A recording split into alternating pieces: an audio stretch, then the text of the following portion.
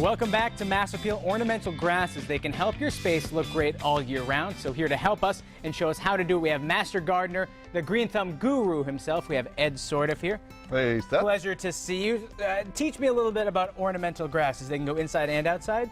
Well, you would have some things for in the house. There's lemongrass and things like that. But for outside, all of these things are the outside perennial forms of ornamental grass. So perennial, so you plant them once and they're good forever? Yeah, you just have to take a little upkeep with them.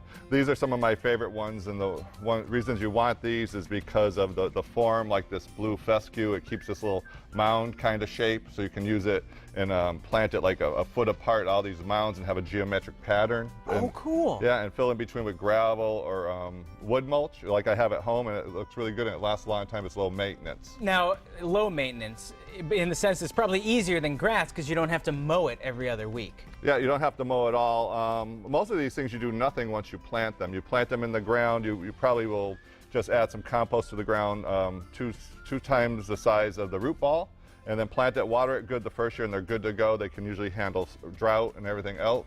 It's great too because it gives your garden a little bit of dimension and your lawn a little bit of dimension if you plant them right. Yeah, excellent. Yeah, it does. It also brings movement. You can see we have a little bit of air conditioning here, and this miscanthus here just keeps moving and moving. So you get that in the summer, even in the winter, because you leave the blades up, and it gives a refuge for the birds. They love playing in it, winter interest and everything like that. So that far one is called what again? I'm sorry. That's a miscanthus. Miscanthus. Yeah, okay. and if you looked up close, it looks kind of just like a simple grass, but if you look at the blades of grass here, you can see there's a white or a silver vein going up the center, which is really very nice. Oh, a little bit of dimension to it then. Yeah. That's nice. And then and what's here in the center? the next one's a porcupine grass. Porcupine Yeah, grass. But the quills won't get you, right? You can... No, it's soft. It's Okay. soft. But I think they might actually name that after, like the African porcupine has those big quills. So I have a feeling it might be named after that.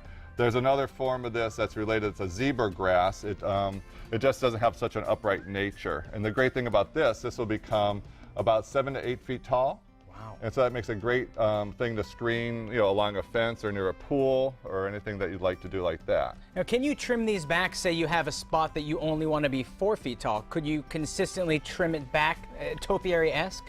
Well, no, I don't think I would do that. What I would do is go out and pick a form of the grass that is that height, because there's even dwarf versions of this. There's taller versions of this. So you could find something to meet your needs. Yeah, like this little thing here, this Japanese forest grass.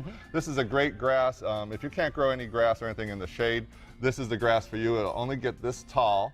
You just water it in. It likes a little bit moister shade, but it will grow totally well in the shade, and it prefers the shade, so it becomes a ground cover. This actually is a nice weeping form like this, and if you plant a bunch of it, it will actually look like a grass river flowing, so it's actually very nice. Now, going into winter, as these plants, I have some flower plants in the front of my house that have begun to wilt, so we deadhead those. What about these grasses? Do we have to do anything to them? No, I would leave them up all winter, because that's where you get that interest. They do go browns and beiges, but then they still rustle in the wind. Like I said, the birds love them. In the spring, though, when the spring comes, you're going to want to actually cut them back. You can use a pruner, really, this is like one of those cooking shears for cuts bone. Nice scissors. Yeah, it will go right through that. So just cut them in the spring about 3 to 4 inches above the ground, and that'll start all new growth again. Really cool. Now we're going to do a little demonstration here. What are we going to do with these plants? Yeah, this is actually the blue fescue I was talking about. I actually started these from seeds. You get like 500 seeds in a packet, and each one becomes a mound. Now, usually they keep this great form here, but in a bit of time, sometimes they get a little awkward like this, and they don't look so good anymore. No. So we can give them haircuts. Yeah, you can give them haircuts, but what you can do too is you can actually easily just divide them up.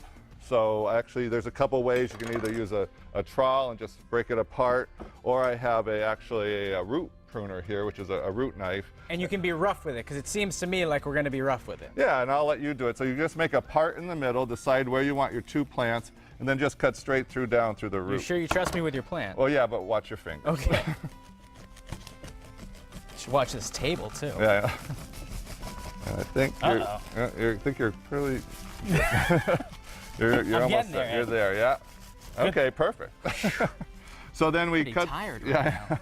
We cut that in half. You can see this one could be done again. But here we have this. Now it looks kind of not so great at first, but what you would do if you're going to replant this, you can actually just go in, give this guy a nice haircut, and it actually will look like a little a Tribble from the old Star Trek series. And you just keep going and you make a nice form like this, and it will stay like this for the rest of the year. And in the spring you take it down again. But you can make a really nice form, just plant it in, and then these you would keep planting in a different a pattern, and you would get that great geometric pattern thing we were talking about. Well, you know, sometimes you drive from house to house and all you see is garden, lawn, lawn, lawn. This is a great way to break it up, and then you don't have to mow as much. Yeah, and it's just really interesting to the eye. Yeah, Ed, we are almost out of time, but really quickly, people can sign up if they want to be a master gardener, just like Ed Sordiff here. Yeah, they're taking applications to October 1st for the Master Gardening class.